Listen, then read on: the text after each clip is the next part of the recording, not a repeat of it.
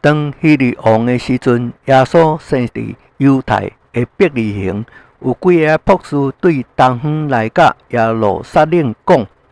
迄生落来做犹太人之王的，伫倒落，阮伫东方看到伊的星，特来拜伊。希律王听到了，就心内不安。耶路撒冷好城的人也拢不安。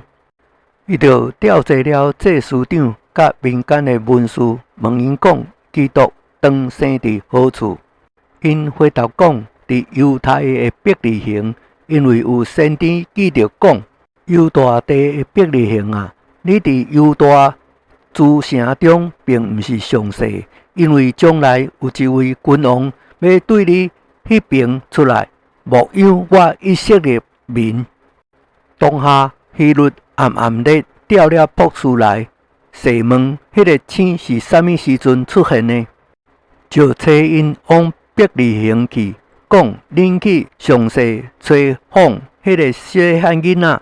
找着了后，就来报信，我也好去拜伊。因听见王的话，就去了。伫东方所看见迄个星，忽然伫因前头行，直行到细汉囡仔的地方，就伫顶头停住了。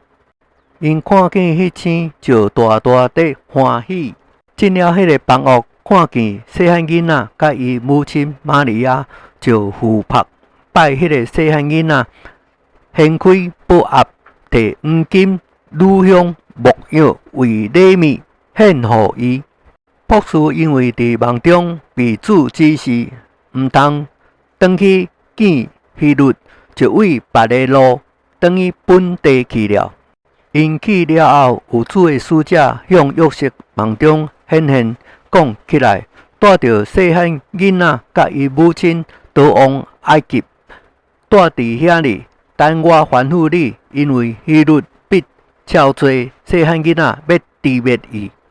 约瑟就起来，夜间带着细汉囡仔甲伊母亲往埃及去，带伫遐里，直到希律死了。这是要应验主照先知所讲的话，讲我对埃及调出我的后生来。希律见家己被博士愚弄，就大大发怒，找人将伯利恒城内并四境所有的男孩，照着伊向博士详细查问的时阵，凡2岁以内的，拢杀尽了。这就应了先知耶利米的话讲：伫拉玛听见嚎啕大哭的声音，是拉结靠伊囝儿不肯受安慰，因为因拢无伫咧了。希律死了以后，有主的使者伫埃及向约瑟梦中显现讲：起来，带着细汉囡仔甲伊母亲往以色列地去，因为要害细汉囡仔性命人已经死了。约瑟就起来，甲细汉囡仔甲伊母亲带到以色列地去，只因为听到阿基老接到伊老爸希律做了犹太王，就惊往迄边去。搁伫梦中被主指示，便往加利利境内去了。到了一座城，名叫拿撒勒，就住伫遐里，就是要应验先知所讲，伊将成为拿撒勒人的话了。